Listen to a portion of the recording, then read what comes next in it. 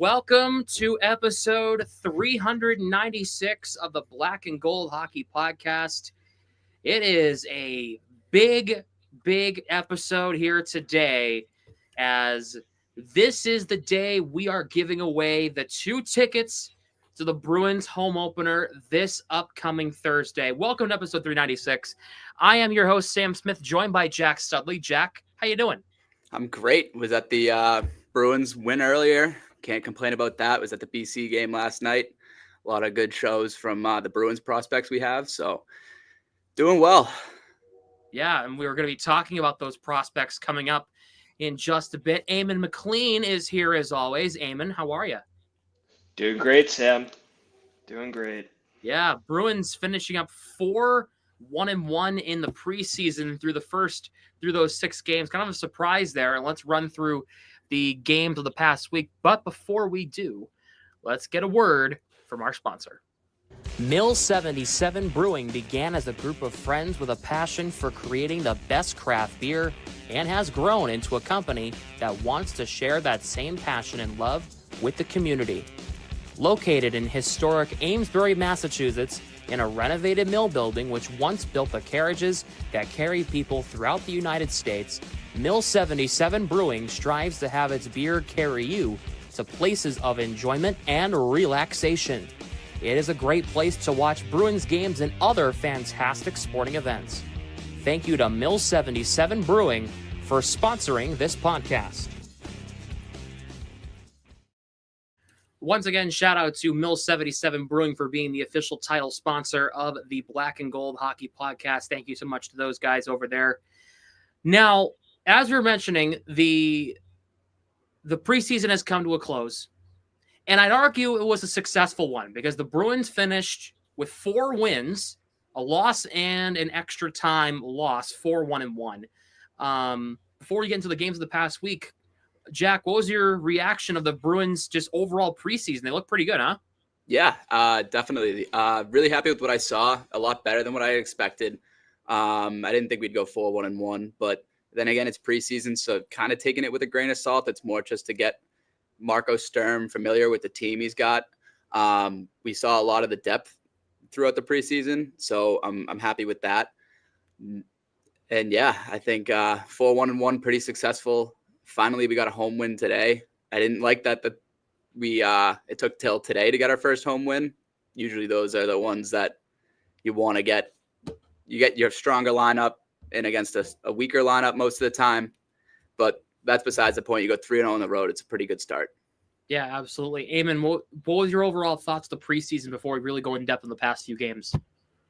Overall, I thought it was probably more good than bad for sure. I mean, 4-1-1 record is solid. There were definitely some things that did concern me, but like namely, I'd say like the amount of shots generated was probably, I'd like to see more of that.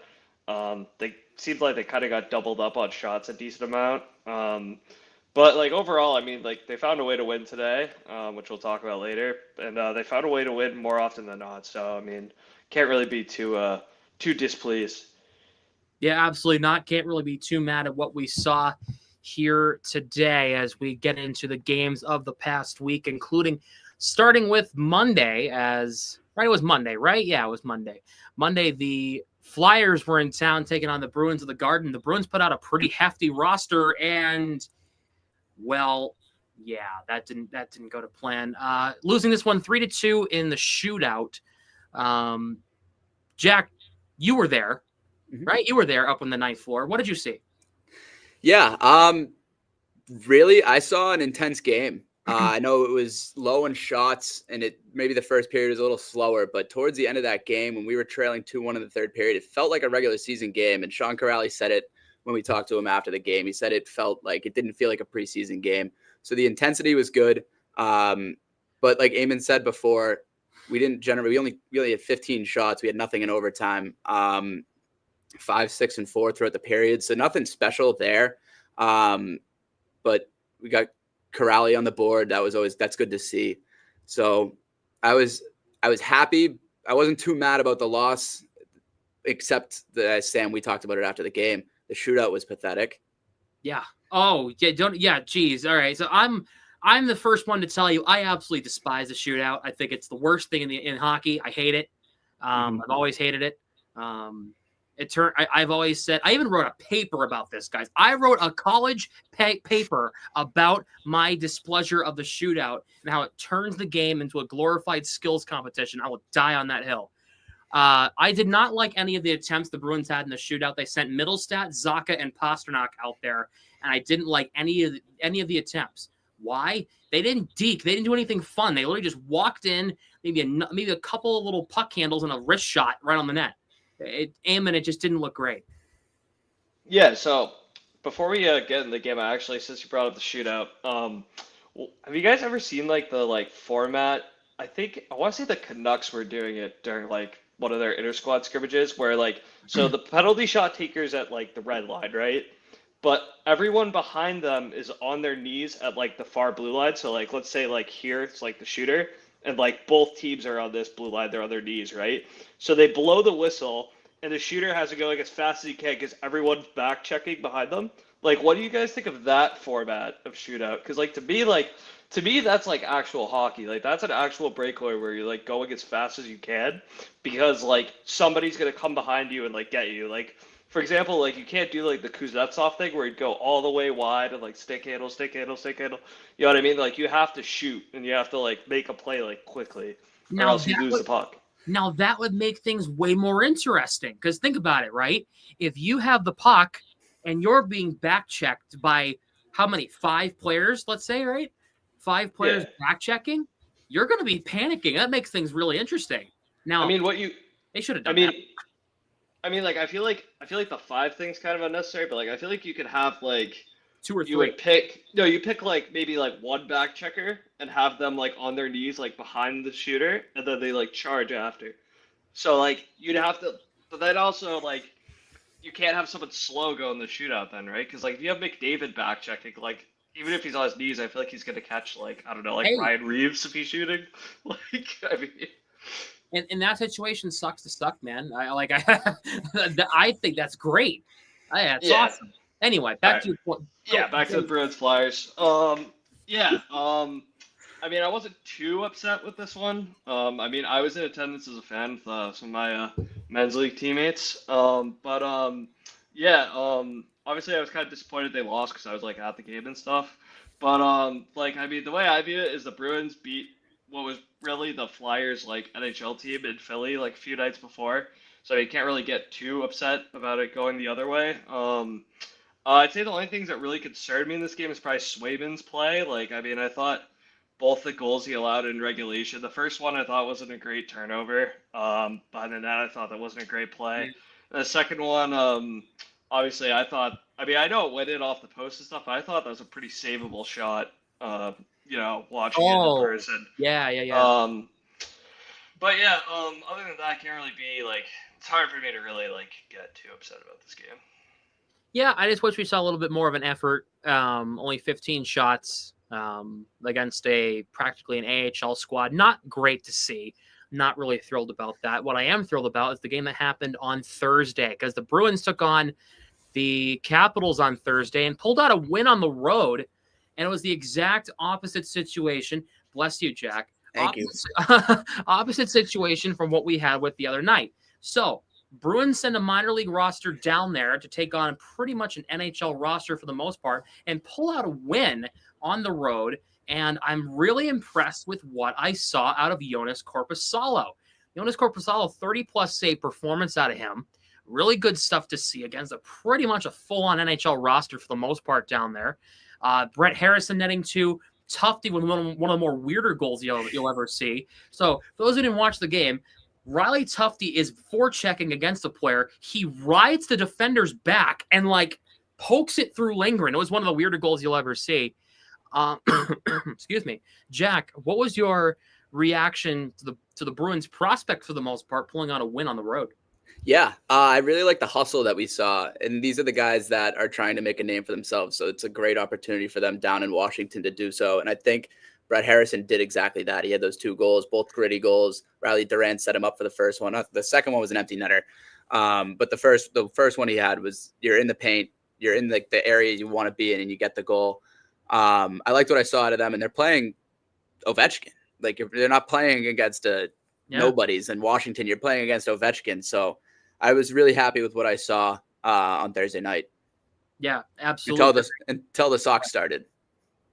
Yeah, so I made the stupid decision of watching the Red Sox over the Bruins on Thursday night, and well, let's say I have regrets. I streamed the Red Sox game live on YouTube, and I have regrets. Eamon, what was your reaction to the Bruins picking up a win on the road? Yeah, good night for Riley Duran. Not so much for his for the other Duran. No, but Korpisalo I thought was great.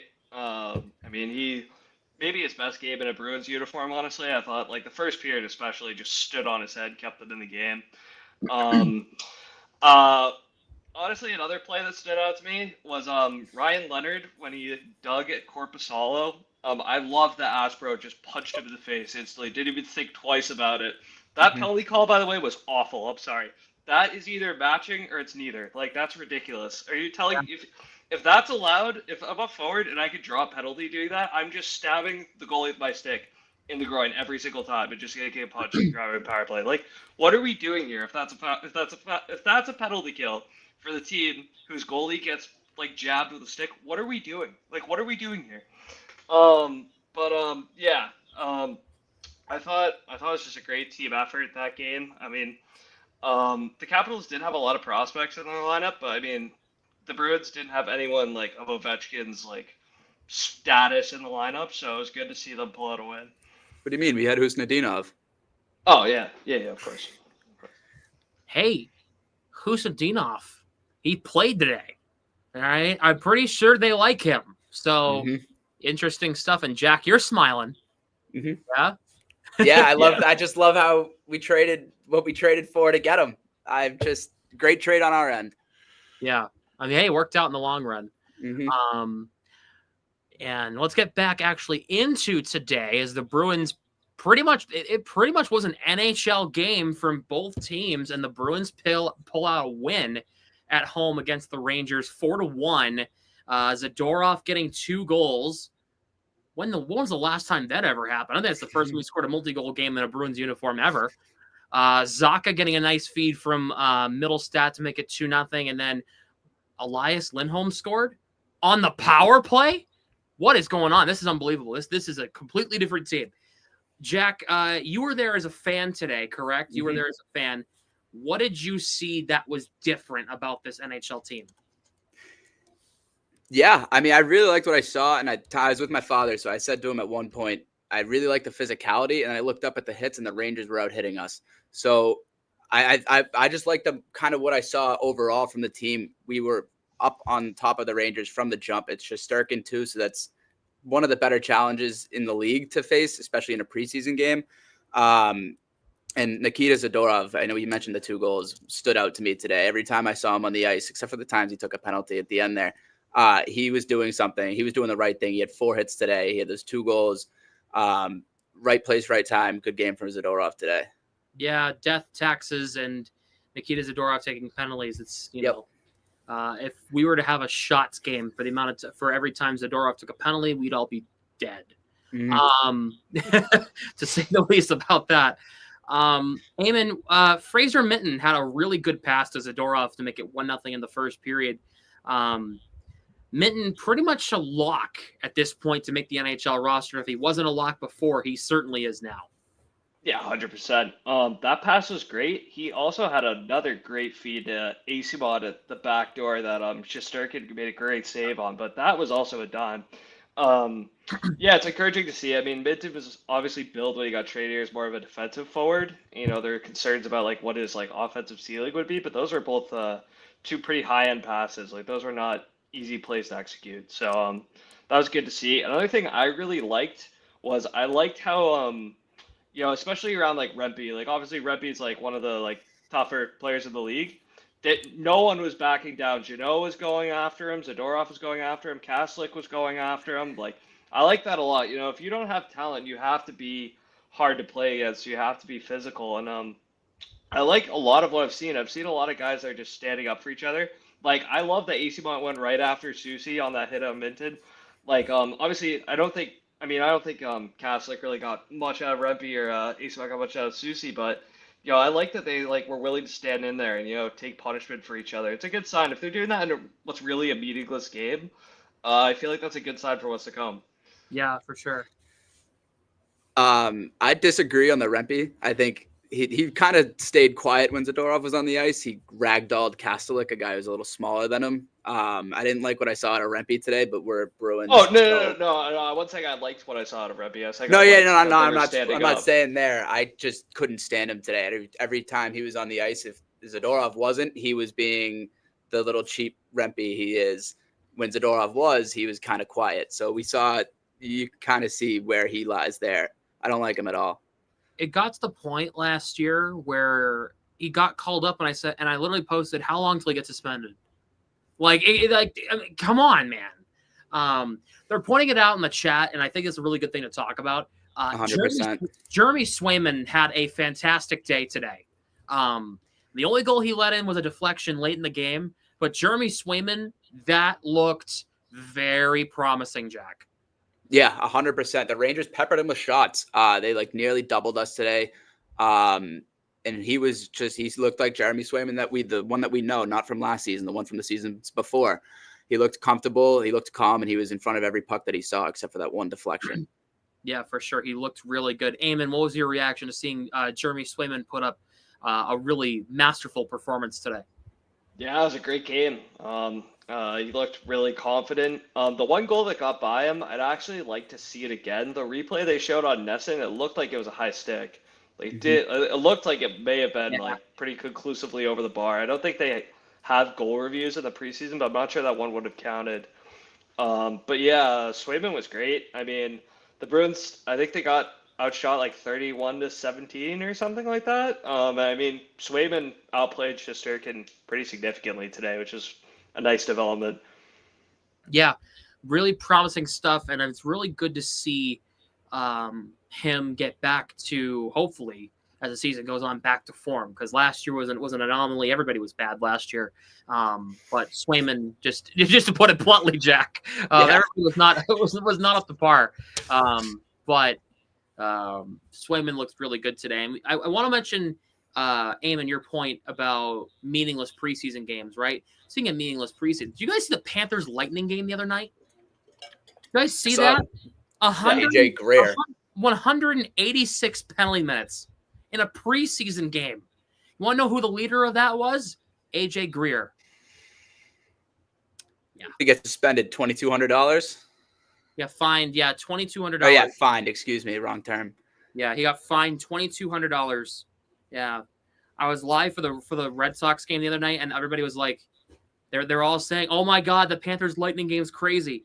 Yeah, 186 penalty minutes, 104 for Florida, 82 for Tampa. This is preseason, and both teams pretty much put out a full NHL roster. When do these two teams play for the first time? I want to know that. I want that question. They're at it again. They have a second one. They're playing tonight. Ooh, in Sunrise. But when does it actually count? When's the first time they're playing when it actually counts? Because that's the $1 million question. Let's see. It'll probably be on ESPN. Saturday, November 15th. It's a 6:00 start down in Sunrise. So that's very interesting. Speaking of interesting, last night, Quinnipiac was taking on BC at BC and Chestnut Hill, and it was a good one. And it was the Bruin Bowl, as it's being coined. 7 Bruins prospects were involved. Pelosi, Gronwald, Hagens, Moore, Latorno, who brought the boom. He had a huge hit in the second period. I saw that one and went, holy crap. Just a ton of different guys out there.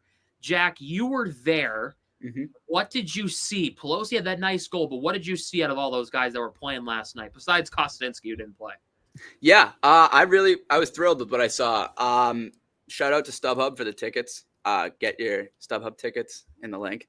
You will read the reads later in the program. I know, but I figured plug it. So a guy that stood out from that game was Andre Gassot. He was all over the ice, for BC. Penalty kill, power play, 3 assists. He was the captain. He's awesome. I love Gasso. I was really happy with what I saw out of him. Letourneau as well. He had a physical presence last night, and I love the BC crowd. Every time he gets the puck, they're yelling Dean.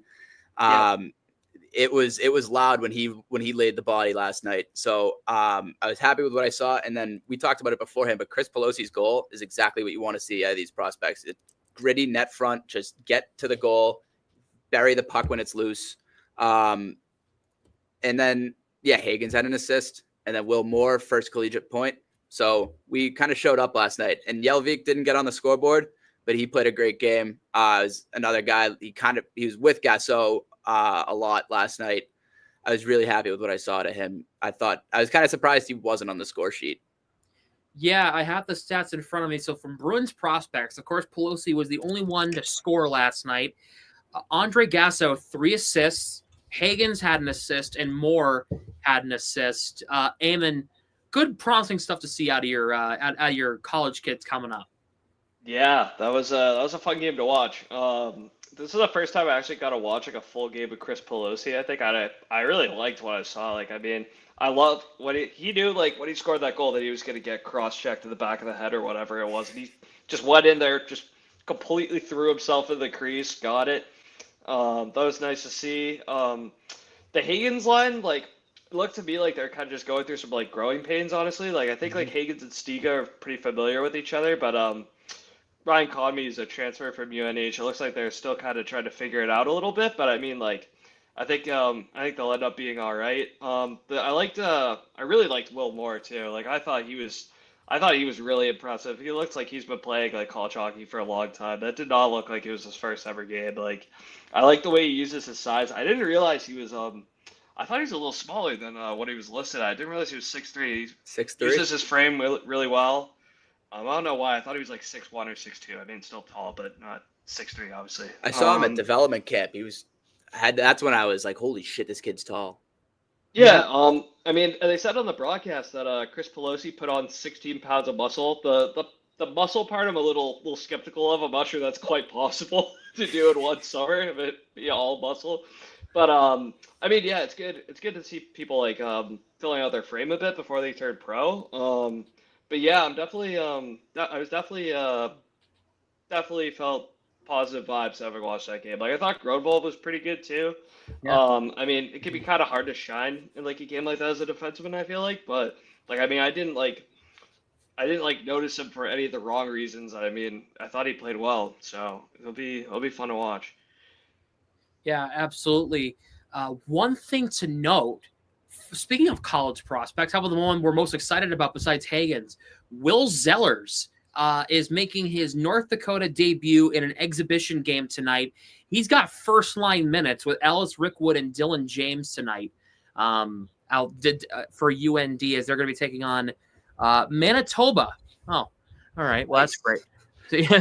So that game is going to be in Grand Forks. So interested to see how Zellers does in that one as they released the lines. So yeah, those games are like kind of hard to predict because like the Canadian schools, like they have for forever, they've always had like age out major junior kids who weren't like quite good enough to sign NHL deals that go there to like get their education basically because they weren't NCAA eligible, but now they are.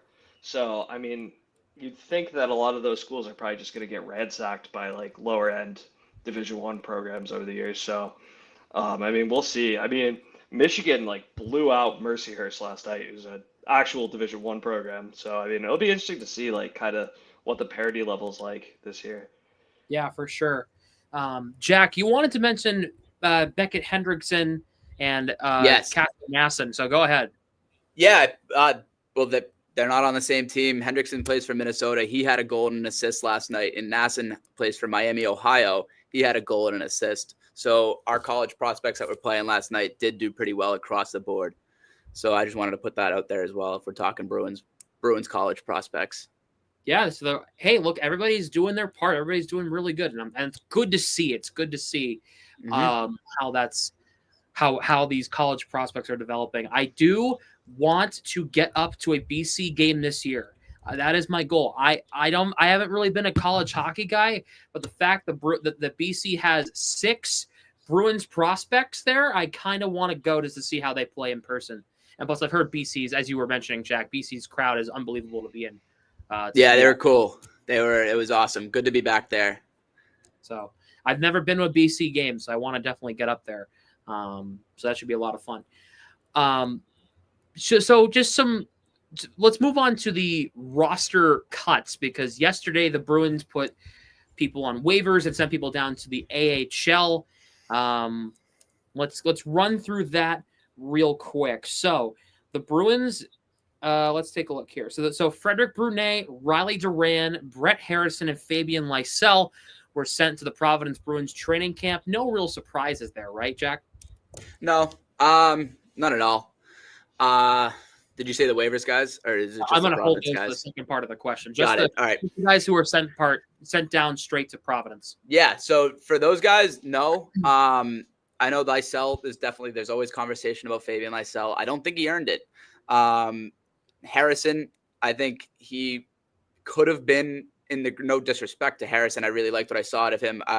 He could have been in that group Thursday, but I'm glad he wasn't, because I wanted to see him in a preseason game. And the fact that we got the 2 goals out of him. And then Duran and Brunet, those were kind of assumed Providence players going into camp, but it was good to see what we saw out of them. I really liked the extended look on Brunet. Yeah, Brunet, I think he had a really solid camp too. He did himself a lot of favors.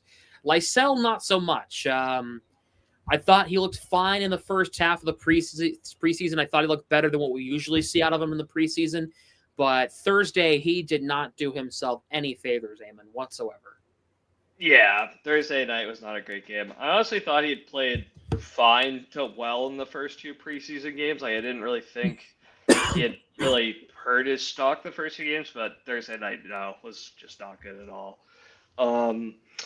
Honestly, I thought of the guys that didn't need waivers that got sent down, I think Riley Duran probably had the best camp of all of them.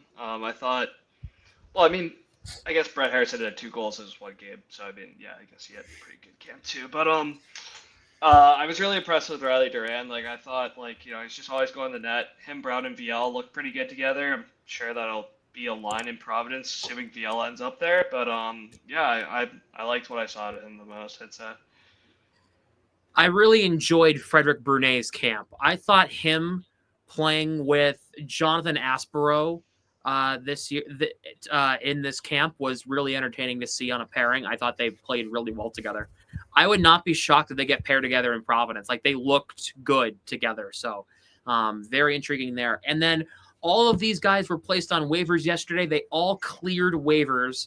Patrick Brown, Michael Callahan, Georgi Merkulov, Victor Soderstrom, and Riley Tufte were all put on waivers for purpose of assignment to the AHL, and they all cleared. They're all back in Providence. Jack, any surprises there? And second part of the question, Georgi Merkulov, what's his future looking like? What do you think?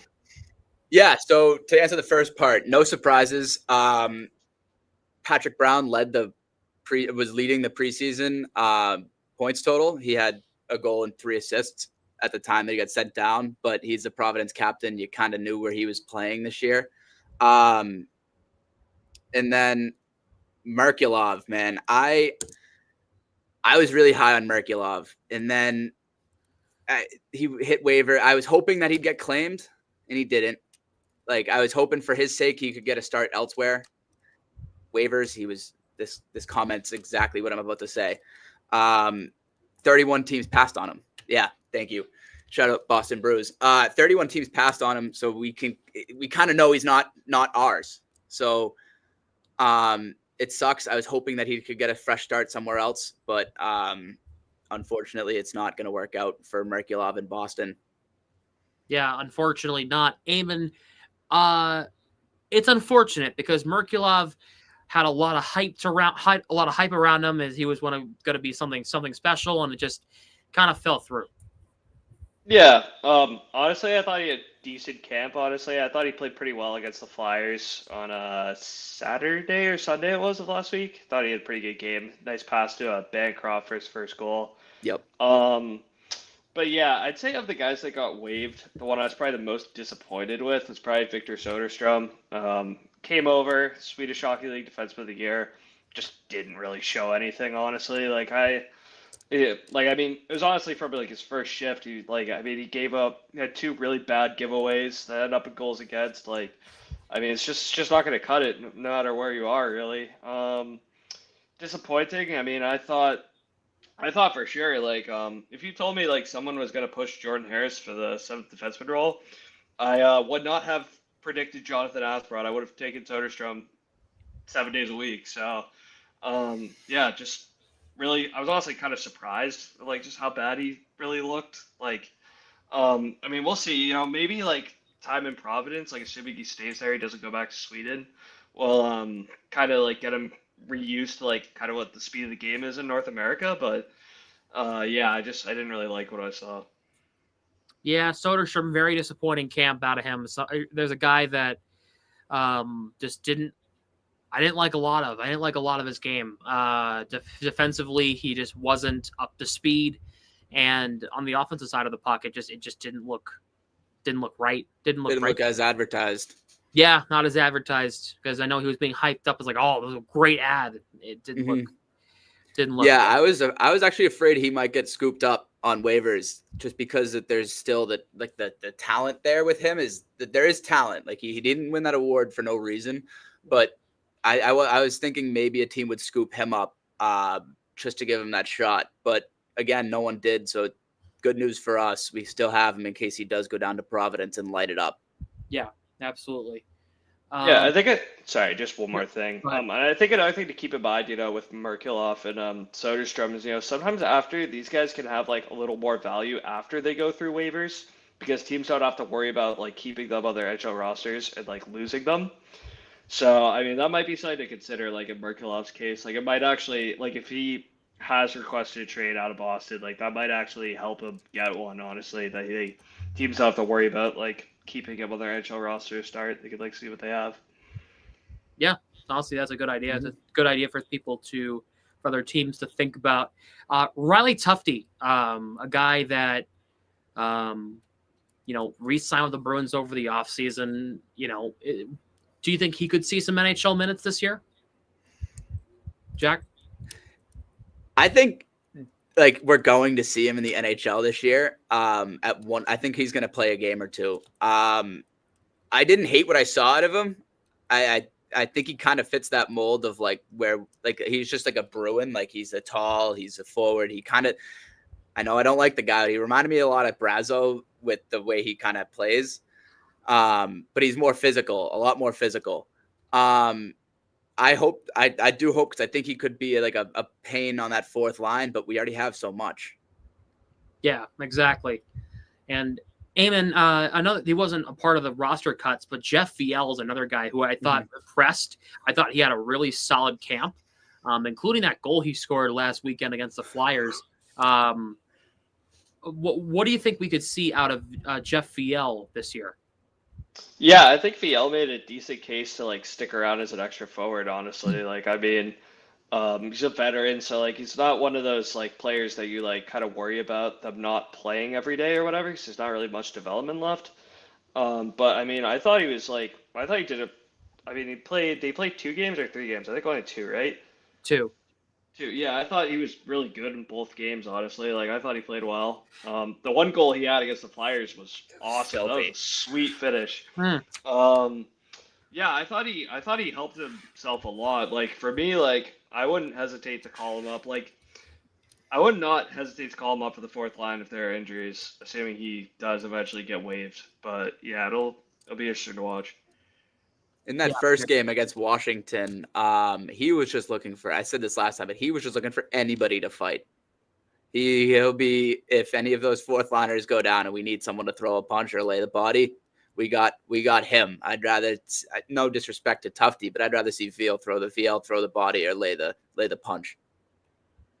Yeah. And I think with Viel, I just think he doesn't give a damn. And I think that's the best thing. It's just, he just doesn't give a damn about anything. He just wants to go out there and protect his guys, you know, and I got to respect that. For sure. I think that's really a really lost art is the art of, protecting your guy, protecting your smaller guys. We don't really see that a whole lot anymore. By the way, Providence or Boston or wherever he ends up, protect Matt Poitras still, please. We still need to do that. Anyway, so let's take a look at the Bruins month ahead. As the regular season starts Wednesday for the Bruins. Woo! Meaningful hockey. All right. So the Bruins have 3, 6, 10, 13 games in October. 13 games in 22 days. Thanks a lot. Including 2 back-to-backs, 3 back-to-backs. I can't count. 3 back-to-backs. So they kick off the season on Wednesday against the Capitals, and they'll take on Chicago the next night. By the way, we're giving away tickets to the home opener coming up in the next segment, so stay tuned. Buffalo, they play Buffalo on that Saturday. Then they take on the Lightning on that holiday Monday. Then they go out west. They take on Vegas, Colorado, Utah. They come home for the Marchand return on Tuesday, October 21st. Marchand's return to Boston. They also host Anaheim and Colorado in that span. Then they take on Ottawa, the Islanders, at 7:15. It says. I think it's because it's the Frozen Frenzy, whatever the hell that's called. And then the Sabres to wrap up the month. They play the Sabres 2 times at home in the first 20 days of the year. Okay. Anyway, Jack, a lot of home games to start the year. It's actually good for the Bruins to actually be home for a little while. Yeah. I do like the amount of home games we have. I was actually going to talk about the Western road trip to start and then coming back and how Florida is going to be technically an away game after that one. Cause we go Vegas, Colorado, Utah on like a Thursday, Saturday, Sunday, then come back and Florida's on a Tuesday. So that's going to be, and that's when Marchand comes back. So I think that one, besides the obvious fact that it's circled on the calendar, is circled on the calendar for another reason. Cause it's that game. That's your first game back after that road trip. You want it to be a get right game. Especially with after the last West Coast road trip we saw. I know last year was a different team, but that didn't go so well. And then when they came home, it didn't get any better. And then Colorado is also a team we play. The season series of Colorado is done at game 10. So that's something else I just wanted to point out. Yeah, they play the Avs on back-to-back Saturdays. First one in Denver, second one in Boston. Eamon, so the Bruins have 3 back-to-backs in October. Hopefully they fare okay, right? Yeah, it's definitely a bit of a baptism by fire here to start the year. Lots of really good teams, lots of travel, just rapid fire games, really, not many nights off. It's going to be interesting to see, new coach, new system. I don't know how much really practice time they're going to be having during the regular season, which kind of reinforces how important this preseason was to get a lot of this stuff right, especially the power play, which I thought looked better, by the way. I didn't really mention that during the preseason segment, but I think it looks significantly improved, especially on zone entries. Yes. But back to the schedule itself. To me, biggest game is definitely going to be Marchand returning. That's going to be it's just going to be kind of surreal, I think, because obviously it's real that he's not a Bruin anymore, but I don't think it's still fully set into some people. I think we still even when the Panthers won, I think I think a lot of Bruins fans when the Panthers won the first cup were obviously disappointed because of the history between the two teams. But seeing Marchand win it, for me, it didn't even really feel like a team that I disliked won it. It's just one of my all-time favorite players just won another Stanley Cup. That's cool. But now he's one of them. You know what I mean? It's no longer he's not a Bruin for life. So I've never experienced something like that as a fan personally. I didn't experience Bork leaving or any of that stuff. That was before my time. Yeah. Or going to Chicago or any of that stuff. So it's kind of I feel for our generation that's the first this is really weird. Yeah. I was just gonna say this is our version of Ray Bork. This is it. Yeah. Well, at least Marchand won a cup as a Bruin. You know what I mean? The Bork one I think is hurts more. You know what I mean? I'm, not to dig it up or anything, but you know what I mean? Yep. Oh, shoot. Sorry, Ray. Catching strays for no reason from the top rope. Man. But Sam, I want to It mention wasn't something. his fault they didn't win, okay? Like, I'm not blaming him. Okay, fair enough. Jack. Sam, back to your first question though about the amount of home games. I think that like the amount of home games that we have is going to be where we need to get these practices in. It's going to be easier to kind of do it where we've been doing it. So I think that's something we got to capitalize on. We're going to be at home to start. New coach, your own building. Easier to get started there. Yeah, that's definitely a good point. The Bruins only have 5 road games in the month of October, which would leave them with 8 home games in the month of October. So, very team-friendly, travel-friendly start to the season, besides the back-to-backs. Thanks. Thanks a lot on that one. Yeah, very, very, very good stuff there. As let's first of all, before we get into the giveaway, I have to pay the bills real quick.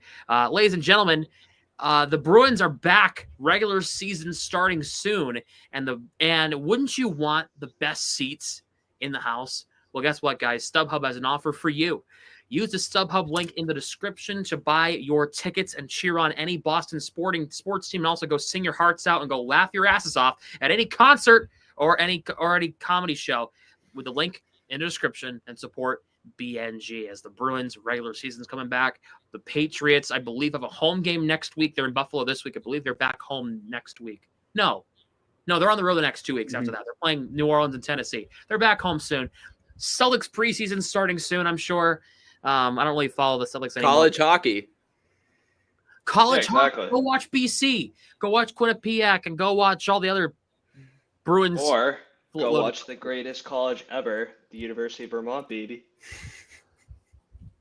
No. Anyways. Hey, if you just ignore all the other teams, they're ranked first in the hockey's coaches poll. So, how many teams are we ignoring? All the other ones. Great, got it. Oh man. Oh, all right. Here comes the moment you have all been waiting for, ladies and gentlemen. It is time to give away 2 tickets to the home opener this upcoming Thursday. All you had to do to enter was to subscribe to our YouTube channel, which, by the way, if you haven't done that, you should go do that anyway at Black and Gold Productions LLC over on YouTube. Go subscribe to our YouTube channel. Go join the YouTube chat. Hit the like button and subscribe and do all those good things. You had to send us an email at bnggiveaways@gmail.com, and you had to follow us on X at Black and Gold Pod and at BNG Productions. So we have a very handy dandy wheel, which I'm about to show right now. Ladies and gentlemen, welcome to the wheel. All right. So these are all the names that entered. 28 names. Thank you all to everybody. Thank you to everybody who entered. One person right now is about to win 2 tickets to the Bruins home opener this upcoming Thursday, as they'll be taking on the Toronto Maple Leafs. I just read the Leafs on my phone. The Chicago Blackhawks, ladies and gentlemen. Now it is time to spin that wheel. Are we ready? Eamon, are you ready? I am ready. Jack, are we ready to go? Yeah, I'm ready. Good luck, everyone. Oh yeah. I don't know. I'm scared. I'm scared because I feel like somebody is anyway. I feel like I want these tickets, but man, I'm the host. I can't play keeps. I hope they're here. I hope they're watching. They can say something in the chat. All right, here we go. Oh, my headphones.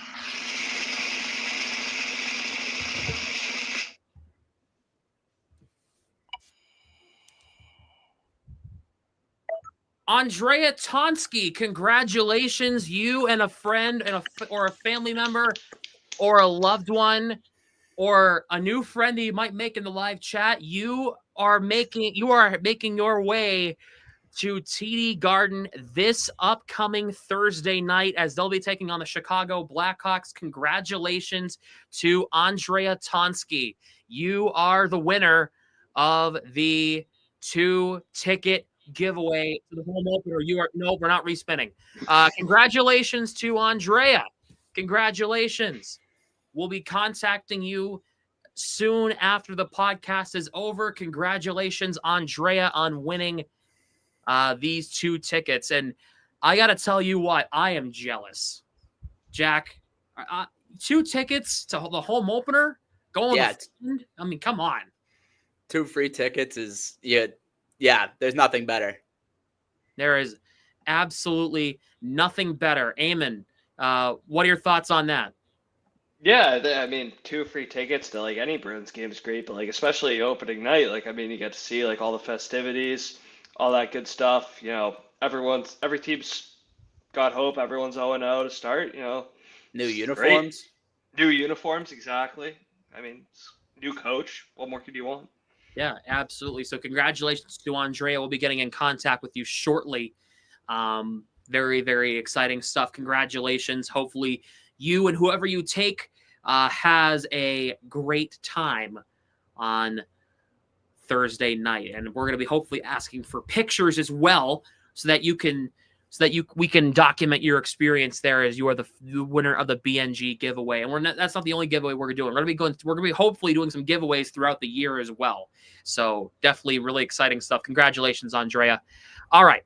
And thanks to everyone who entered. Yeah, thank you to everybody who entered on this giveaway of the 2 free home opener tickets.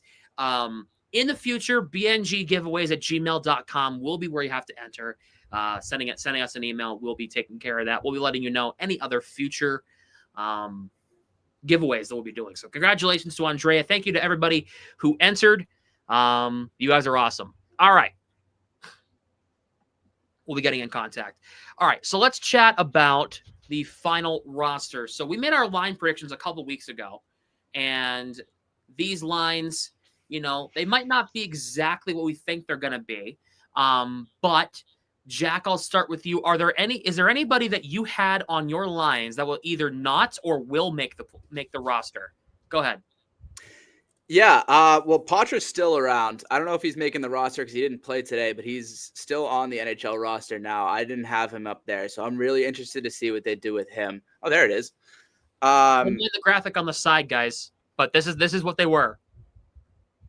Yep. Another guy that's still hanging around is we talked about him already, but Jeffrey VL, and then somebody else I had in my lineup. He's not in there, but I think he's on his way down to Providence. He wasn't playing on Friday's practice before the cut, so it was almost rumored. I think I saw Ty Anderson say on Twitter that he was one of the expecteds, but he didn't go down. It was Alex Steves.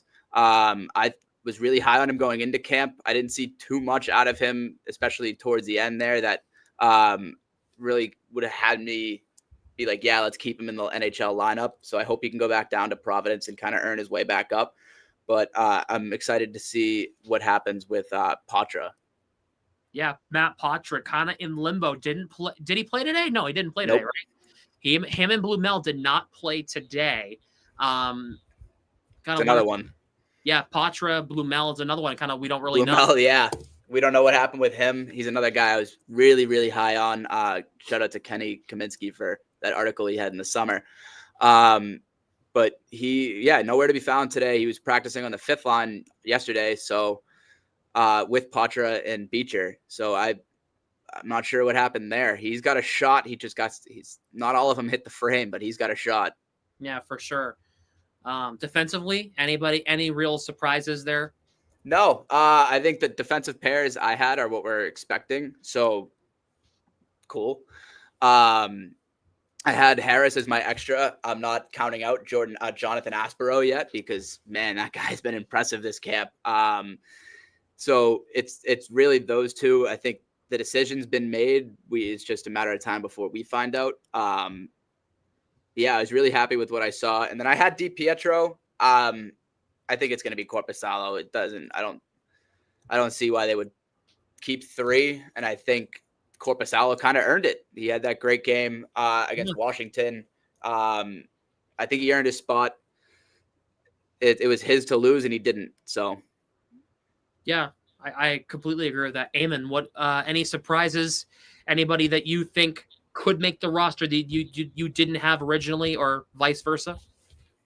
Yeah, I mean, Jack honestly touched a lot of the Sorry. points I was gonna post on. No worries. No, saving me work. I appreciate it. No, but what I actually did want to talk about was the roster today. Not the actual lines itself. Like, I mean, we could talk about that, I'm sure. But who the extra forward and the extra defenseman were, I thought was very interesting. And to an extent, the extra goaltender too. Like, I'll talk about that. But Alex Steves was the scratch for the forwards, which I thought was a little odd in all honesty. Like, I thought if they were gonna do a scratch, it'd probably be Blumel. And then on defense, it was Aspero, which honestly also I thought was odd. I thought it'd be Jordan Harris. Just because like the way I view it, right, is like if you're like, I mean, it's not like Aspero or none of those guys are gonna get like another like look, right? Because this is the last preseason game. They're scratched, right? But you're not like they're not gonna like do anything to hurt themselves at this point. I mean, unless they like I don't know how you would really, right? You're scratched, or improve their odds, right? Unless like somebody got hurt, like in something like a situation like that, or someone just played like really poorly or something, right? So basically, like if you're the scratch, I'd assume they're probably taking warm-ups, right? Wouldn't you like want the guys that you think would be making the team, like of those guys that are scratched, to be taking warm-up like with the team, just like spending time in the locker room, getting to know guys a little better, especially since like both those guys are new, right? Like, wouldn't you like? Don't you think that probably hints that they might be the favorites for those roles? Like, to me, that's what I took it as. Yeah. Like, because like especially like you want like you want to build a team, you want to build chemistry. Like, I feel like I don't really think you're doing that if you have those guys just away from the team, right? So another thing I like thought about was DiPietro being the third goalie to me was interesting as well, because it made me think maybe they're gonna do 13 forwards, 73 goalies to start, like just to hold on to DiPietro for a bit, maybe try and like work a trade or something. And then another reason I thought about that was because for the Washington game, they had I believe Zajac or Kavalin listed as the third goalie, like which would suggest they traveled with the team. So I mean, they could have called up like Kavalin or Zajac as an extra goalie if they wanted to, instead of DiPietro, if they're planning on waiving him, right? So that's something I'm at least keeping an eye on. That at least made me like start thinking that like maybe it's not quite what we think it's gonna be. Or this is a case of Eamon reading way too much into this. I think. Yeah, it could be that as well. Like, I mean, but like Blumel not being in the lineup at all, I thought was very odd. Because like to me, I thought for sure he would be on the team. Like Patra to me, I don't expect to make it, but Blumel not even being like one of the scratches is really odd to me. They were the fourth line against Washington on Thursday. It was Blumel, Patra, Steves, and none of them played today. So I wonder if that had anything to do with it. But even then, that they played on the fourth line. Yeah. Like, I mean, I also like, I don't know about you guys, like if I was picking like a 13th forward, like let's say like those 12 are the starting 12, right? Like I would not have picked Steves as my 13th forward based on what I saw. Like, is it, especially given Blumel needs waivers, like would you guys have done that? Like that's just not where like from what I've seen. I found that like surprising if that's what really happened. Yeah, I don't know, because I think they both Blumel and Steves need waivers, so they're gonna have to put someone through waivers soon. Whether it's Steves, whether it's Blumel, or whether it's DiPietro, they're gonna have to make that decision. Yeah, I mean, I found that interesting. Like Blumel thing, the Blumel one to me was what stood out the most. Like I think people were looking at like Patra and Beecher as like the scratches. Found that surprising. The Blumel one to me, I like just the way Sturm had been talking about that one was like totally out of left field to me. I did not see that coming. If Blumel makes the roster, all this will mean nothing. But for now, definitely something to keep our eyes on. When do we get word on when we get word on that? Like when the official roster? I believe final like waivers are due Monday afternoon. But I mean, I think most of it will be done tomorrow, right? Like I mean, there's I would no assume game. tomorrow. Like I don't really know why they wouldn't be. If DiPietro goes on waivers, I am scared. I'm not as scared as I was because Edmonton traded for Connor Ingram. I still think there will be a team that claims him. I could totally see a world where, I mean, well, no, because Minnesota just extended Gustafsson and they have Walsh. Philadelphia scares me though. Oh, well, they already have a crap ton of goalies. Or not Philly, excuse me. They have a ton of goalies. Nashville. Somebody like Nashville scares me. Yeah. I don't even know who their 'Cause, backup is. So. It's the old Colorado guy, Noonan. Is it still? Oh yeah. They might need a guy. Yep. Justus Noonan. And then I was also worried about Tampa, but they picked up Phoenix Copley, so LA. it's really, yeah. LA. Who do they have?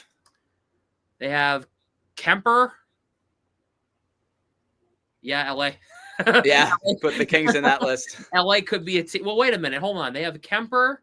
They have Riddick, I think. Yeah, they could make a claim. So. Yeah, another thing to keep in mind is like, especially with goaltenders, like, you know, there's just much less of them, like in terms of like the overall pool, because you can only have 2 goaltenders on a team, right? There's only 1 net. So like if something happens to like a goaltender tonight, like let's say someone like pulls their groin in warmups or like gets the stomach bug or something, like, and like a team needs a goalie, like if you waive them like tomorrow after that, I feel like, you know, it might be a team that we're just totally weren't expecting needs a goalie. Like, I mean, look at the Leafs. They had to bring in James Reimer out of PTO because Woll had to take a leave of absence that just came out of, that was unexpected, you know? So, I mean, stuff can just happen out of nowhere, really. Yeah, Anton Forsberg. Yes, I just looked that up. Is the Kings' backup. I could see a world where the Kings could claim him. I could see that. But he's on a 2-year, $2.5 million AAV. So I don't know if they're going to. Forsberg? Oh, no, and maybe not. Forsberg. So I think they might just stick with what they got. Yeah. Now you got me looking at all the goalies around the league. Nashville. My gut tells me that like if all the goalies like stay healthy league wide, DiPietro probably gets through. I think, but I don't know. I do think it's a lot closer to like a coin flip than like a sure thing. I think the goalies always worry me after last year. What happened with Vancouver when we had like Yuri Patera for a day and a half. Mm-hmm. So the goalies on waivers always gets me a little skeptical. Utah. I'm going to throw that out there because they just traded Connor Ingram, and now it's Kareve Melka and Vitek Vanacek. They could use a guy in Tucson if all fails. No, well, he has to stay on the NHL roster though for 30 days. So if he's going to Tucson, you're right. They're gonna have to hold him for like a month. Mm. Which I mean, like that's Ottawa? That's not really benefiting anyone. Mark, are they going to ride with that Marolainen guy? Yeah. Okay. Yeah, I could see that. Yeah. He's from Ontario. He's from Ontario too, isn't he? Yeah. Oh no, where? I forget. I think Windsor. I don't know. That's around Ontario Toronto. very well. That's around Toronto. Yeah, their backup's Marolainen. Oh boy, yeah, they could take a swing if they don't really trust Marolainen. They could take a swing at DiPietro. Chicago do like him. Chicago? I mean, they have Spencer Knight, but Soderblom. Yeah, they have Soderblom and Laurent Brossoit. Ooh, that's actually an interesting trade idea. Think about it, right? What about Lucas Reichel's rumored to be getting traded, right? What about Lucas Reichel for DiPietro? Or like DiPietro like a 6th-round pick or something. I don't hate that. You don't hate that? I don't hate that. No. That way we don't. I'd rather. I mean, if you're gonna waive him, it's basically just like. I don't want to lose him for nothing. You really? I mean, like if you waive a player, it implies you're willing to lose them for nothing. Don Sweeney loves his 1st-round picks that weren't his. And that's exactly what Reichel is. I had to think about that for a second. You're so right. Saka.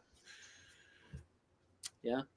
Lucas Reichel's a left winger. I mean, they need both wings. I feel like. Can he play both wings? Yep. Yeah, he can. I feel like they already had that in Blue Mel, though. Yeah, that's the thing. I mean, but again, like if they waive Blue Mel, then it's on to the next person, no? Yeah. I never really thought about that, but Lucas Reichel. Yeah, that could be interesting. And Jack Roslovic has now missed all of training camp. Yeah, what the hell's going on with Jack Roslovic? Eamon, was it you that did an article about that? Yeah, he was in my PTO article. Yeah. Yeah. There were reports in like August he was going to sign in like the next week. Like, what happened? Yeah, I'm not sure what really happened to that. I don't know. Hey, I'm telling you, Don, take a swing. You want a legit scorer? Take a swing at Jack Roslovic. Hey, he has a good wrist shot. I think Bruins cap space had them at like 2.9 million in space with like a 22-man roster. I could see him signing a 1-year deal just to get someone. That should be more than enough. Yeah, I mean, like at this point, like I don't know what he's expecting he's gonna get. Like,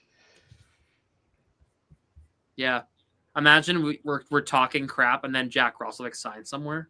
Like reported he kind of has to at this point. Like, I mean, like, how much longer is he gonna wait? Friedman has the Leafs in on Roslovic because of their ties with Matthews, but I don't know how. That's from mid-August. That's been reported for like forever. Yeah, like, I feel like the Leafs have to get rid of forwards. Like they're trying to get rid of guys. I don't think they're really in a position to like add someone right now. Like they waived David Kampf yesterday, and he had an offer from Edmonton and said no. That's crazy to me. That's Darren Dreger and Pierre LeBrun. We believe he had a deal on the table from the Oilers and it didn't interest him. That's wild. I'm sorry. I don't know how that doesn't interest you. Like, unless it was like for like league minimum or something, but like. Yeah. Also, it's like 6 years at like $850. Like no, like what? Like, yeah, something like that. But even if it's a 1-year deal at league minimum with Edmonton, take it and go prove yourself, and they'll give you more. Yeah, for sure. I would love to see Jack Russell. Bruins, take a swing. If you really want to win, take a swing. Try to go get a guy like Jack Russell. He'll put up 15, 20 goals on the score sheet. He's a first-round pick too. Hey, it fits the Bruins mold. Is he? I thought he was a third-round pick. 25th overall, I saw. Oh, really? Hold on. I must be thinking of someone else. First round, 25th, Winnipeg, 2015. Yeah. Wild. Okay. Yeah. Okay. You're right. My bad. Speaking of wild, all right, random thought. Did we see the Kirill Kaprizov deal? We haven't talked about that. Biggest deal in NHL history, 8 years at 136 in Minnesota. What were your reactions to that, Jack? My immediate reaction was, I'm so thankful for David Pastrnak. The contract that we have Pastrnak at, 11.25 versus 17. Oh my God, I love it. I have fun with that, Minnesota. That's too much money. What are you gonna do with the rest of the cap? Like, that's so much money. God love David Pastrnak. Amen. My first thought was, if I was an NHL player who needs a contract, I'm hiring Kaprizov's agent like tomorrow. Like, people thought he was crazy for turning down like 8 times 16 or whatever, and like a week later he got like $8 more million. Like, yeah. Bill Guerin's in the press conference was unbelievable. Oh, yeah, it was great. Is you excited? Okay, better be. Better be. Just inner masshole came out. I loved it. It was fantastic. All right, upcoming games. Is that our last thing? Yeah, let's get into the upcoming games. Let's do it. Before we get into live questions, we'll make sure to answer some of your questions. Get those ready to go. Games of the next week. Here comes the fun part. Excuse me, guys. Here comes the fun part, because opening night is on Wednesday, as they'll be down in D.C. once again taking on the Capitals. Opening night, 7:30 TNT game. It'll be live on my channel. Jack, we excited? Yeah, it's about time. Long off season. It's finally over. Familiar opponent. We've seen Washington twice in the last 2 weeks. So it's going to be a lot different than the lineups we saw in the preseason, but I think it's going to be a great test. I'm excited to see Swayman back out there. I would assume he gets game 1 and game 2 goes to Korpisalo, but just because Washington's a much better test. But I'm so excited that the Bruins are back. Yeah, same here. Eamon, you ready? Yeah, I'm ready. I think this is, in a way, I think this is a great game to start with. Shouldn't be much pressure, honestly. It's a road game, so not playing in front of a home crowd. Opportunity to take the first goal. If you get it, take the building out, take the crowd out of the game. If you don't, whatever, it's going to be loud anyway. Don't worry about it. Keep moving. It's a great team to start against. It's a really good test. It's a great opportunity if they can get even a point out of this game. I feel like that's a great start to the year. I feel like you're already playing with house money in a way. If we were to look at this schedule, the Bruins aren't going to be favorites given the Caps won the President's Trophy last year. But this is a great opportunity for the Bruins to get the season started off right. I'm a little scared because I just pulled up the date, October 3rd, 2018. Do you guys remember this? We played at Washington to open the season. Yeah, that game was. And we had such high hopes that year, and we had just gotten back. We made it to the playoffs the season before, and we got spanked. We lost by a touchdown. I just hope that doesn't happen again. I returned back with 3 years ago. The Bruins played the Capitals in the season opener and won in DC. So it's a crapshoot. All right. It's a crapshoot. We always get Washington. What? Washington and then Chicago. We play the same two teams to start every freaking year, man. Who do we play in the first game of the year? Florida. I'll bet it's something to do with the NBA schedules too, or something. Because both those cities have NBA teams too. I wonder if it's the arenas are booked for certain nights or something. It's just the only way they could really make it work. Wednesday seems like a national TV kind of schedule.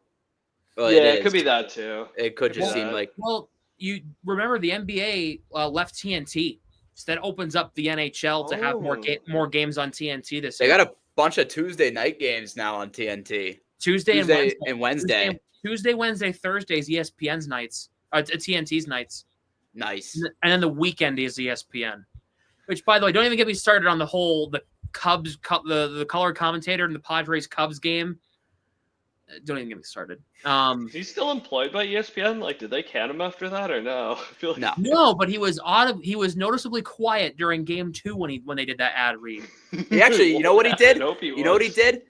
The catcher, they had to make I don't know the actual term, but he went down and made he stopped it with his pad and the goalie. The guy was like, "Oh, what a save! Beautiful save." He made a hockey term, and it really pissed me off. I don't like that. He tried to lean into it the next day, and it was not good. No, not good at all. Home opener, Andrea Tonsky and a friend are going to this game against the Blackhawks this upcoming Thursday. Jack, the home stretch is going to start first of 8 home games in October. What are we looking for in this game here on in the second half of a back-to-back to kick off the 25-26 campaign? Yeah, I'm excited to see Chicago in town. Obviously, they have Bedard, and that's exciting there. But just to have an original 6 opener, I think there's some classic to that. But the Bruins are going to be motivated to go, especially. Well, they have a game the night before, so if that doesn't go right, they're going to want to do right in front of their home crowd. Yep. I think this is where we're going to see Korpisalo start the season out. No issue with that, especially with how he's been playing in this preseason. I think this is going to be a hard-fought game. I hope to God we win this one, but especially if we don't on the first one. But I'm excited for this. Excited to get back to the Garden. I'll also be there as a fan, so I'm really pumped just for the opening day, everything about it. I have a couple buddies who are going to be there on Thursday. Eamon, if we can take 3 out of 4 points in the first 2 games this season, would you consider that a huge success? Absolutely, yeah. I think that I can't see how you couldn't, given how last year went. Given where, I think most people's expectations are. On the flip side, I think if they let's say it goes the other way, they get no points or they get 1 point out of these 2 games. I feel like McKenna watch at that point is probably fully on from probably 85% of the fan base. It's going to be on and off all year. Miserable for McKenna. Mm-hmm. Remember, miserable for Misa, horrible for Higgins. Horrible for Higgins worked. It worked. Yeah, Operation Horrible for Higgins was a tremendous success. Didn't think it was going to be, but I'm so thankful it is. Shout out Parker McLean for coming up with that hashtag. Good stuff. That's great. Good stuff. But yeah. And then they play the Sabres on Saturday, a week from tonight. They'll be taking on the Sabres on Saturday the 11th. Another Yes? win. We should win this. 2-1 to start the season, I think. Yeah, throw the Jameis W up. Yep. I think this is going to be a great game for us to win. I think another Swayman appearance, but Buffalo was a team that was right around us last year. I think just another get-right game for the Bruins, and then take it into next week. We have that Monday matinee. I'm excited for this one, though. Jack, will there be a win on Jameis Winston's doorstep at 9 p.m.? Do you understand what that reference? J-Bo's a GOAT. I love Jameis Winston. He deserves so much fun. He deserves a starting job somewhere. They should have traded him to Cincinnati, but that's his hockey show. Sure is. Eamon, thoughts on this game coming up next Saturday against the Sabres? Yeah, quick Jameis Winston thought beforehand. Probably the #1 athlete made for television ever. Like, if there was ever a dude to be a studio analyst, it's him. Like, ever. If Tom Brady could be an analyst for Fox, Jameis Winston, dude. If Tony Romo leaves CBS, Jim Nantz and Jameis Winston would be freaking hilarious, dude. That would be unbelievable. Back to the game, though. I honestly, part of me thinks this might be the Sabres' year where they finally do it, make the playoffs. Like, I feel like expectations have gotten, like, so low. There's almost, like, it's gotten to the point where there almost is just no pressure anymore. Like, nobody cares, and in a way, like, you can just play free. And I honestly think their lineup as a whole, like, it's not bad. Like, if you look, like, player by player, there's not really many guys you're just like, he's not great. Like, I mean, like, their goaltending's all right. Their defense on paper is pretty solid. Like, I mean, they have, like, Tage Thompson, Alex Tuck, like, all these guys who could score. Like, I mean, they just look like a team that should be better than, like, where they are. I mean, they have a billion prospects, too. Like, I feel like it could be their year. Of course, it's probably the 14th time that'll be their year. So, will I be upset if the Bruins lose? Absolutely. If the Bruins are a playoff team, they have to win at least one of the 2 games against Buffalo or Chicago. They can't start 0-3 given who else they're about to face in this month. So, these are, you don't want to say they're huge games because, I mean, it's game 1, 2, and 3, but, like, for where this team is now, like, you kind of are, man. Like, it's a big deal. I mean, looking ahead, I completely agree. It's Tampa, Vegas, Colorado, Utah next week, and then it's Florida. So it's not. These are the 3 games that we kind of need to take advantage of. Yeah, it's not getting any easier. I don't really see what you're talking about, Eamon, with the Sabres lineup. I mean, it's Tage Thompson, Alex Tuck. Their defense is kind of whatever to me. Their goaltending is UPL, and I don't even know who their backup is. And then they have Josh Doan and Michael Kesselring. You traded JJ Peterka. I'm sorry, that's not a move of a competitive hockey team to me. I don't know. I think Kesselring's better than you give him credit for, but yeah, I do agree they should have gotten more. I don't know. I mean, I think the thing you got to realize is, like, right-handed defensemen are so, like, highly coveted around the league that even if you get one that, you know, maybe isn't, like, you know, first pairing player, like, they're pretty highly valued just because of, like, how hard it can be to find, you know, talent at that position. Sort of like a goaltender in a way, but yeah. But look at our pool on the right side. It's not the strongest. They are pretty rare to find. So if you can get one, get one. I like Kesselring, so I think that's a good move. I think they could have gotten more for Peterka, but I like to pick up with Kesselring because of the value he brings. And Utah, why the hell are you trading Josh Doan? You know, Shane Doan's a franchise. He's Arizona. They're a new franchise. Oh, cleaning off the Arizona crash. Yeah, they're a new Arizona franchise. crash. This isn't your town anymore, partner. Get out of here, kid. Get the hell out of here. All right, let's get to the fun part. The live questions. Last week was a riot. If we can get half as good as questions as we got last week, we're gonna be in business, because last week was apparently shit on Trent Frederick week.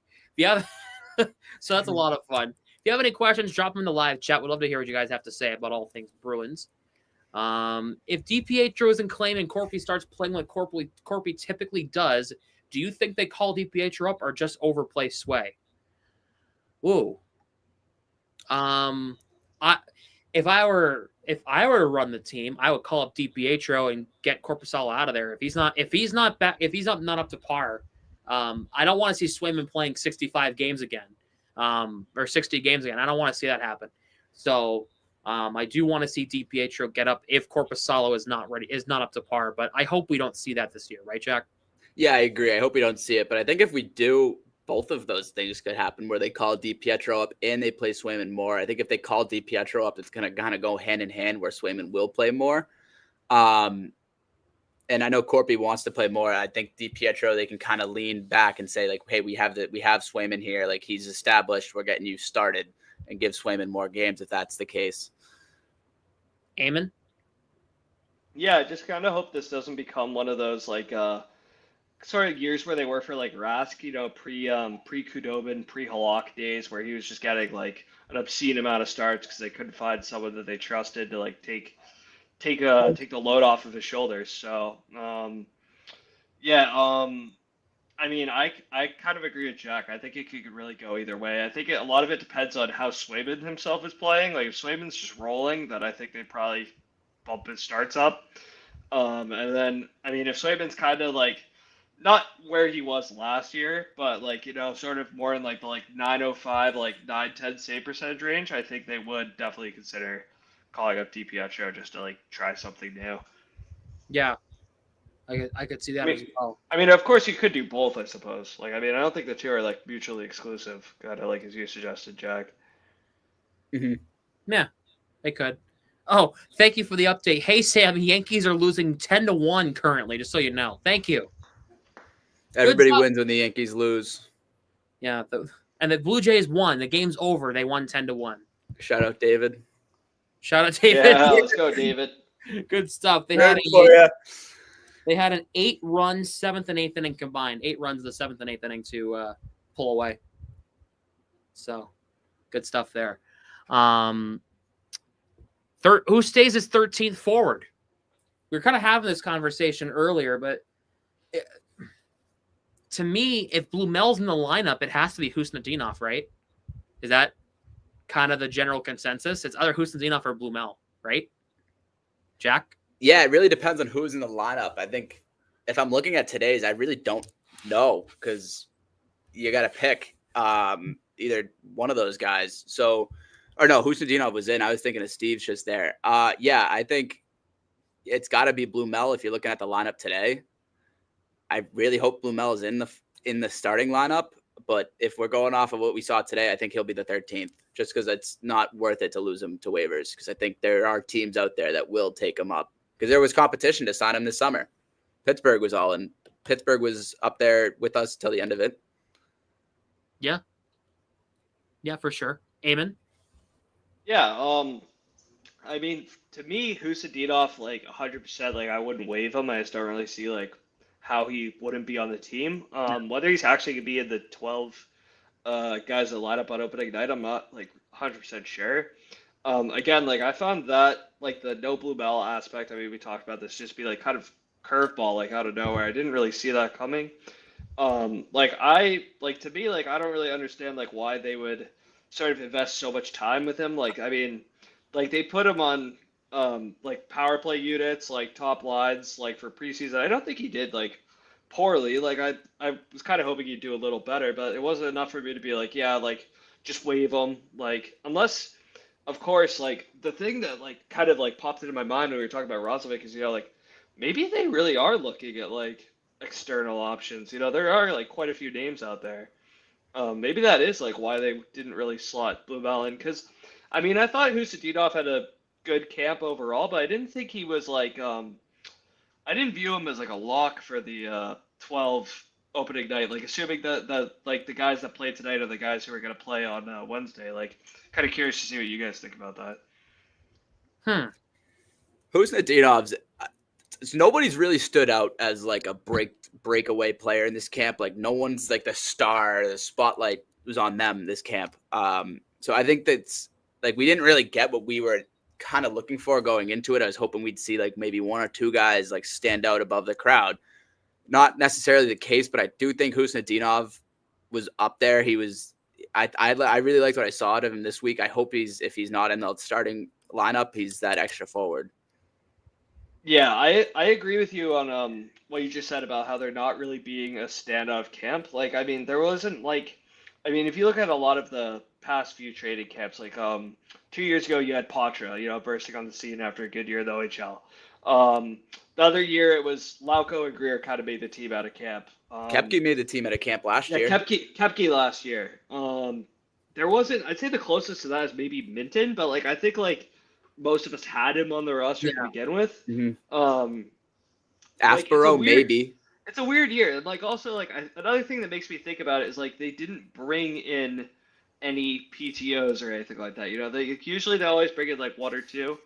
So they wanted to like give guys a look, So it's interesting. Like I mean, I think like there's always like one or two teams that like add external players, and like usually they're towards the bottom of the standings, and like.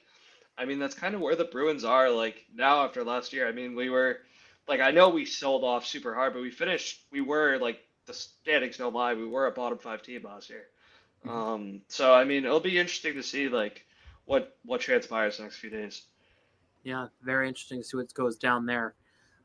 Good question here. Harris or Aspero as a 7th defenseman? It's Harris, right? I don't see Aspero making it. I would like to see Aspero at some point, maybe, because he looked good. I just think Harris for experience's sake, right? Yeah, if you got Nate on here, he would say no. He would say it's Aspero. But I know he's a big Aspero fan. But I think Harris might get it because of the experience he has, and Aspero kind of put himself in a position to be the first one called up. From Providence in case of emergency or if we need anybody else. So, yeah, I think it's going to be Harris, but Aspero is like next up. Yeah, for sure. Eamon? Yeah, I mean, I could see this going either way, honestly. Like, I don't think Harris had a bad camp, but I also don't think like he necessarily maybe like raised his stock in terms of the way people viewed him like prior to training camp. Whereas Aspero was just really an unknown. I mean, he's never played an NHL game. I think he's 26 years old, right? Or 26 or 27. Yep. Signed as a UFA. Yeah, I guess if we're talking about who really raised their stock the most of anyone in camp, it's probably him, honestly. Like, I mean, yeah, he went from like just like an afterthought to like an actual like, hey, he's probably gonna play the NHL this year. It'll be interesting to see. Like, I feel like in terms of like, if I had to bet, like, if we put, if you ran like two, like if like one guy went through waivers, the other guy went through waivers, who I think would get claimed more, I'd definitely say Harris is probably more likely, just because of like, I mean, experience, like, his probably has bigger reputation than Aspero does. But I mean, yeah, it'll be interesting to see. I mean, maybe they have intel that like one of the other ones is going to get more likely to get claimed or something. I mean, you never know. Who knows? Okay. Ooh, good question. Would the Bruins ever consider calling up Bancroft if necessary? I think he's a few years away. Maybe like a year or two away, because he's just making the transition from college to Providence now. And he had I really liked what I saw at Bancroft. He scored twice, but he also had a great showing up against the Devils in the Prospects Challenge, if you want to go back to that. Trajectory for him is looking great. I think it's a year or two removed, unless if he shows up in Providence and is lights out and we're like, hey, we can't ignore him. I don't see him getting called up this year. Eamon? Yeah, I mean, I don't think he gets called up this year either, but I think another thing to keep in mind is he is 24. Like, he's not like a typical like guy making the jump from college to pro at like 21 or something. Like, he is quite a bit older than most of those guys, like compared to like a Loch Bellis or like a Patra or Minton. Yeah, I'm not sure if you guys saw this. This isn't really related to the question, but did you guys catch the I forget if the Bruins posted on their Twitter or someone else did. It was an interview they did post game after the Flyers game. I thought it was really good. Like, it was a cool listen. Like, he was reflecting on sort of his career to date, like how he aged out of juniors before he went to Cornell. Like, he played a bunch of years at Cornell. Like, he so many times, like, no one really like expecting him to like turn into what he has, where he's like an NHL prospect now. I thought it was a pretty cool interview. I mean, it's on Twitter somewhere. If you find it, it's worth giving a listen to. Interesting. Very, very interesting. I don't think Bancroft's quite ready for that yet, but he definitely could be. Here's a guy who I think is ready for that. What about Lush-Mellis? Good point from Daniel Flynn here. If Lush-Mellis continues where he left off in Providence, he could get called up. I agree. Great year at UMass. Great year with a great little few game stretch with Providence last year. Great for Team Latvia in the Worlds.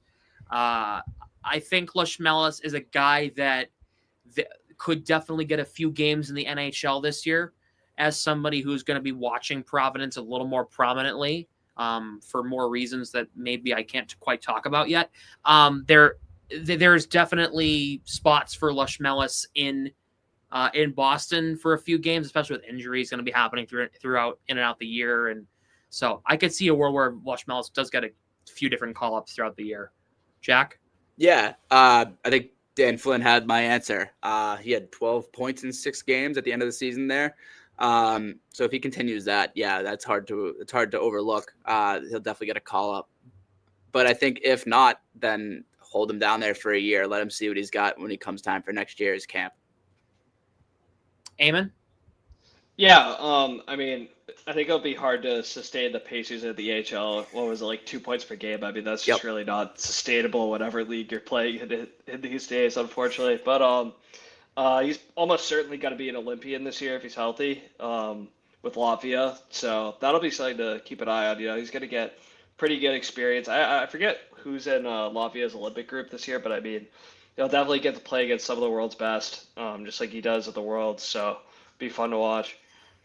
Yeah, I think it's a good confidence builder for him to be playing in those types of playing in that environment. Getting props from Crosby is really cool. Really, really good stuff.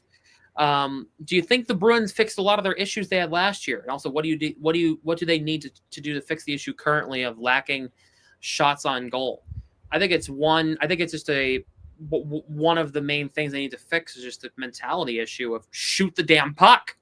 Here we go. You want it, Mark? Mark, I hope you're here because I'm about to play the meme for you. Here you go. Shoot the puck. What shall we say? The faithful. Shoot the puck! Hallelujah. There you go, Mark. Shoot the puck. There you go. They need to shoot the puck. That's it. There's no ifs, ands, or buts around it. They just need to shoot the puck more, right? Yeah, I thought they addressed it by bringing in Arvidsson and Blumel and Steves. Those guys get the puck on their stick and they turn it towards the goal. But again, we haven't seen that throughout the preseason. A lot of games where they had less than 20 shots on net. That's not what you want to see, especially in a preseason where these guys are trying out in a tryout to make the team. Yeah, I was hoping that those guys would be the answers to that problem. And I still think that they could be. It's just a matter. We didn't see it during the preseason, so we got to get it going now. Eamon, what do you think needs to change to try to get the shots on goal up there? Yeah, I think taking a shot mentality is definitely the most important thing. Like, I mean, the Bruins do have a lot of pass-first players just in the organization currently, like Middlestat. I feel like Zaka could shoot a lot more. Arvidsson and Easymont love to chuck the puck on net from what it seems like. Like, they just love shooting from everywhere, which, I mean, that'll help them get more shots on goal. As for the other part of the question, I think we kind of passed on that a little bit. Do you think the Bruins fixed a lot of the issues they had last year? It's probably too early to say that, but I have seen encouraging signs. Like goaltending, Swayman and Korpisalo both looked really good this preseason. That's encouraging. Power play, that looks exponentially better to me. Not sure if you guys would agree. Agreed. Defensively, I think they look more disciplined. Not like maybe penalty-wise per se, but I think like in terms of like keeping a defensive zone structure, like there seems to be like less of like, you know, they get a shot on goal against it just turns into like a fire drill where guys are just scrambling everywhere to get the puck out of the zone. Like it seems a little bit more like disciplined to me this year, which is good. Like, I mean, it did kind of get at times today like sort of a little scrambly, but usually that was like a result of like they were just on the PK for a while and guys are just gassed. Like that's gonna happen, like regardless of what system you're playing, right? So I do see encouraging signs, but I mean it is just too early to tell. Like we need to see like real games, I think, before you make a judgment one way or the other. Yeah, for sure. But I have to say I like the way the defense played today. I think they kept, for the most part, they kept pucks to the outside, and I think that's a really good thing. There wasn't like a whole lot of point blank chances, and also they had the luck of the goalpost. I think the Rangers had the post like 5 times today. So And they had Swayman. what's that? And they had Swayman. Yeah, they Looked sure unbelievable today. Yeah, sure did. I thought I saw a question about Providence. Oh yeah, how do you think Providence will do this year? I think Providence will have an okay year. I think it's going to be a transitional year because of the fact that you lost a lot of pieces, right? Lettieri's gone, all these guys are gone, but Ty Shoveldayoff. I talked to Brett Chavs, who's the new voice of the Providence Bruins, by the way. Congratulations to Brett on that. I talked to Brett yesterday, and he was like, watch out for Ty Shoveldayoff. He is going to be – he's a big guy. He just needs to add a little bit more offense to his game, but he's got – he's got it there. And, Luke Cavalin put up a shutout last night in the preseason for Providence against Springfield last night. So that was obviously very encouraging to see, right? Yeah, that's what you want to see, especially to start the preseason down with Providence. 3-0 shutout win with the new goalie in. Yeah, for sure. And I think I believe they're playing right now, right? I thought they Is it played tonight or tomorrow? Maybe I think it's tomorrow. Brett was saying it might be today. Let me see. Oh, of course they don't have the preseason on the AHL app. If they're playing today, then that explains why Kavalin and Zajac could be third goalie today. Then. Yeah. That would explain it. I was pretty sure it was Sunday. Oh, it is Sunday. My bad. Yeah. Okay. But yeah, they're gonna play tomorrow. That should be interesting to see how that goes. So yeah, very, very, very good stuff there. How soon is Zellers expected, and how good is he? Well, Zellers is really good. And he's still a couple years away. He's still going into his freshman year of college at North Dakota. But he's still kicking. He's still doing some good stuff down there. I'll check. Did he score? They're playing Manitoba, so I'd hope he would, right? I think that game just got underway. I think. So let me see. No, so it's 2-0 UND, but Zellers has not scored yet. So Bust hasn't scored yet. on the score sheet, Will. Come on. He's a bust. No, I'm kidding. I got to say that I'm kidding because some Bruins fans will take that seriously. I know. With the preseason, they looked okay, but I liked Isamant's hard work. Oh, yeah. There's another guy that had a really pretty solid camp, kind of like a standout camp. Mikey Isamant. There's another guy that had a really solid camp, right, Jack? Yep, we're going to love him as a Boston Bruin. He's just going to be hard to play against, but we're going to love having him on the team. He's obviously there's a guy that we used to have like that. I'm not comparing them, but he's going to be a guy that teams wish they had. I wish we had him before we got him. He was always a pain to play against, so I'm excited for him. And Eamon, like you said, he's got that. He's just throwing everything on net. So if he can do it, I mean, there's someone. Yeah, I love that he didn't hesitate to stick up for Minted today. Yeah, like, that was great. That was great. I was shocked they didn't get 5s. I was glad they didn't, but at first I thought they would have both gotten 5 for that. They didn't get 5s? They got 2s. Okay, they got 2s. All right. Yeah, I like that. I mean, like he was giving up a lot of size there, and I mean, it wasn't really much of a fight, if you can even call it. Yeah. I mean, he didn't hesitate. He didn't think twice about it. He went right for it. It was more of a tackle. Yeah. More than anything, it was more of a tackle. Yeah. Yep. So, encouraging stuff to see from Isamant. He had a really solid camp. I think Zellers and Hagens will be dynamic when they finally arrive. Oh my God. Okay, I'll tell you what. All right, we're gonna keep it real here. I had a dream a few nights ago, and I was watching the Bruins, and Hagens passed it over to Zellers, and Zellers it was a 2-on-1. Hagens was Zellers. Hagens played it to Zellers. Zellers back to Hagens for a tap-in goal, and it was in the Stanley Cup final in like 5 years from now. So just hope hope you're foreshadowing, Sam. I had a thought the other night, late night thoughts that dreams are like AI but more realistic. So like, you know those AI videos that people make of like See, yes, what? yes. You should see the ones at the Garden now. Yeah, are they wild? There's some of those goal graphics and the power play graphics are. And my buddy Peter told me to look out for it today, and I did. And whoa, they were something. They're new. AI's taking over. Oh God, yeah, but it makes me think that it's like AI but like more realistic. That's my dreams. I was thinking about that, and my friends are like, I never thought of that, but you're so right, because it's like things that happen that don't actually happen, but like there's people that you know in your dreams. You know what I mean? Like it's just I don't know. Anyway, I love the AI bear on the Yep, power there he play is. graphic. Yep. All right, I need Thanks, to see Peter. that. I need to see that this year. Yes, get to the Garden and power play, and they score a goal too. I saw a tweet about it earlier. I wish I had who tweeted it, but it was nuts. I saw it myself, and I was like, "This is all right. This is cool. That's what we're doing now. Get used to it." Jeannot was fine, but nothing too impressive. He did the job. I think Jeannot had a better camp than I expected him to have. I thought he was just going to be kind of like there. He actually was like decent, right, Eamon? Yeah, he finished a lot of hits. Like I didn't really notice him too much outside of that, honestly. I saw some people kind of like ripping him, like, well, not really ripping him, but like being like, like, oh, like why isn't Jeannot the one to like stick up for Minton? I'm like, I just don't really think that's like fair assessment, because like I'm not sure he really had the chance to. Like, I mean, like what's he gonna do when AC Mont grabs him like within like second and a half, like stop, freeze ray, my turn to grab Carson Soucy. Like, you know what I mean? Yeah. Yeah. Completely agree.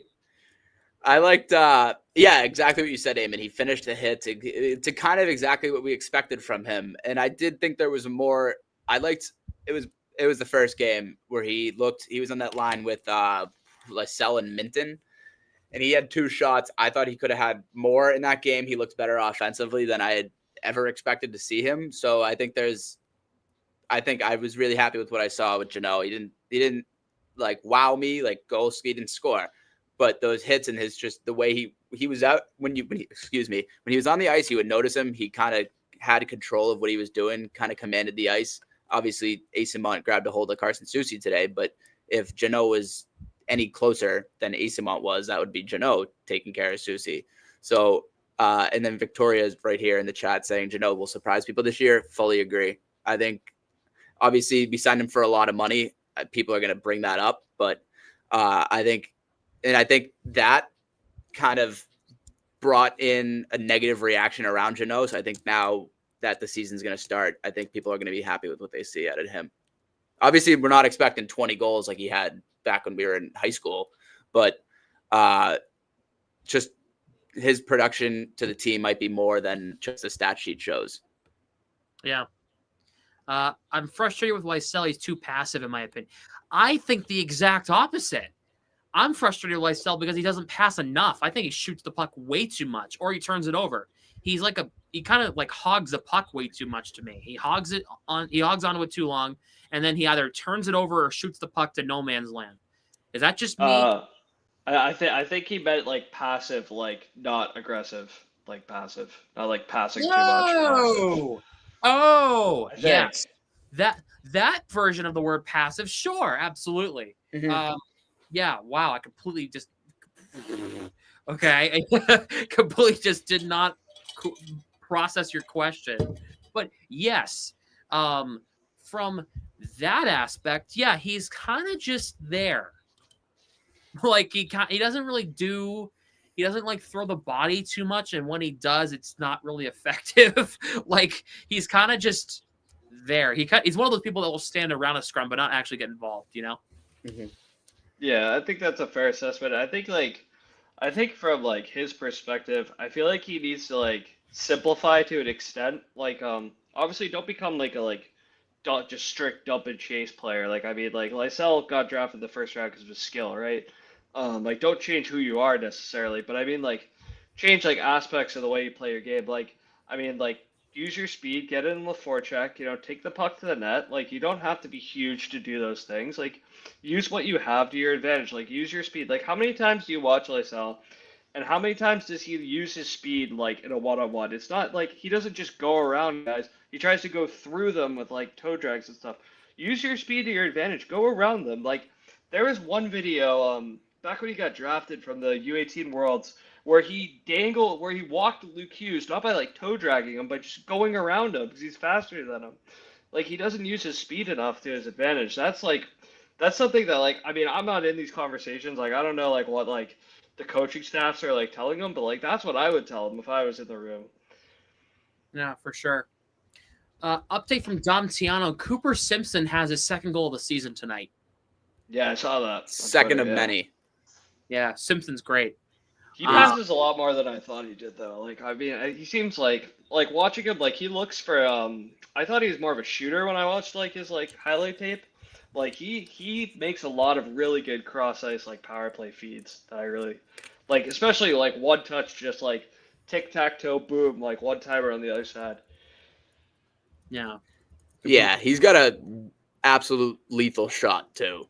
I know you said talking about his passing, absolutely. but his shot is a cannon. He lit it up, and yeah, it was high school last year, but he had 49 goals for his high school, 83 points. So he passes the puck too, but not a bad season if you're Cooper Simpson. And then immediately went from high school to the USHL with Tri-City. It's 7 goals in 9 games. So he is a goal scorer.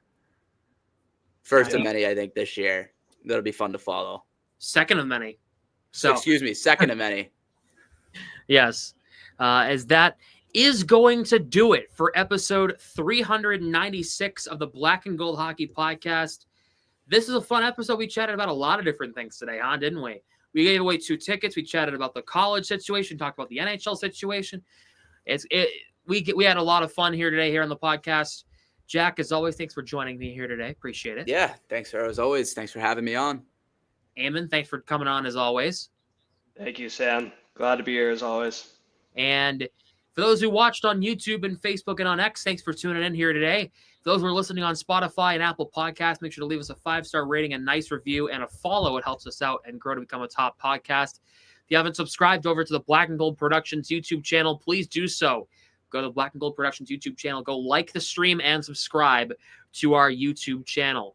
Shout out to Andrea Tonsky. Have fun at the Bruins game on Thursday. Congratulations on winning the giveaway. Thank you all for tuning in.